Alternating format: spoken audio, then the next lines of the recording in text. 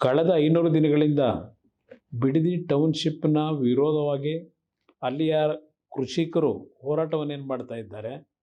ಆ ಕೃಷಿಕರ ಹೋರಾಟದಲ್ಲಿ ಆ ಸ್ಥಳದ ಮಹಿಳೆಯರು, ಹಲವಾರು ಹಿರಿಯರ ಒಂದು ಹೋರಾಟಕ್ಕೆ ನಿರಂತರವಾದಂಥ ಬೆಂಬಲವನ್ನು ಶಾಂತಿಯುತವಾಗಿ ನೀಡ್ತಾ ಇರತಕ್ಕಂಥದ್ದೇನಿದೆ.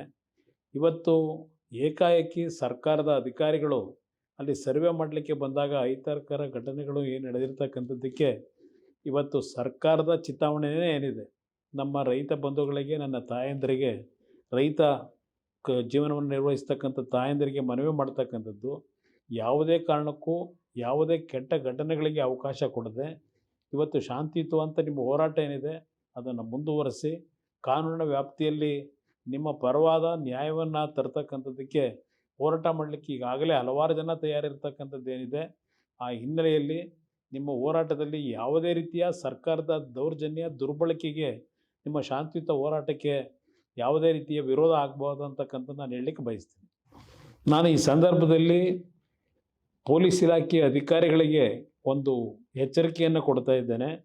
ತಾವು ಶಾಂತಿಯುತವಾಗಿ ಹೋರಾಟ ಮಾಡ್ತಾ ಇರತಕ್ಕಂಥ ಒಂದು ರೈತರ ಹೋರಾಟಕ್ಕೆ ಇವತ್ತು ಸರ್ಕಾರ ಅವರ ವಿರುದ್ಧ ದೌರ್ಜನ್ಯವನ್ನು ಎಸಗತಕ್ಕಂಥದ್ದು, ತಮ್ಮಗಳನ್ನು ದುರುಪಯೋಗಪಡಿಸ್ಕೊಳ್ತಕ್ಕಂಥದ್ದೇನಿದೆ, ಇದಕ್ಕೆ ಯಾವುದೇ ಕಾರಣಕ್ಕೂ ತಾವು ಸರ್ಕಾರದ ಸೂಚನೆಗಳೇನಿದೆ ಹೆದರಿ ರೈತ ವಿರೋಧಿ ನೀತಿಗಳನ್ನು ಮಾಡಿದ್ರೆ ಆ ಒಂದು ಈ ಸರ್ಕಾರದ ಕೆಟ್ಟ ನಡವಳಿಕೆಯ ಪಾಲು ನಿಮಗೂ ಇವತ್ತು ಹಂಚ್ಕೊಳ್ತಕ್ಕಂಥ ದಿನಗಳು ಬರುತ್ತೆ.